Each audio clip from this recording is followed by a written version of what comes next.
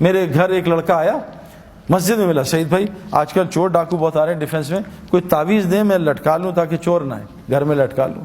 میں کہا اگر چور نے 10 تعویذ لٹکائے ہوئے پھر کیا ہوگا؟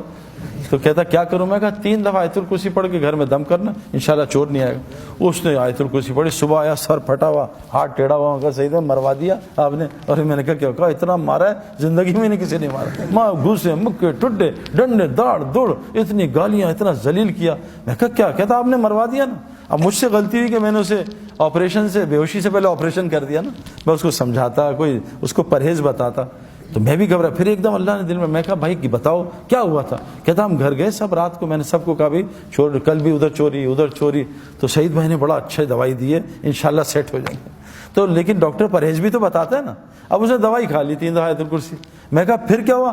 کہا بس ہم نے ایک نئی انڈین فلم دیکھی تھی. اب بتاؤ پٹائی تو ہونی چاہیے, ایک طرف فلمیں بھی چل رہی ہیں, ایک طرف آیت الکرسی بھی چل رہی ہے.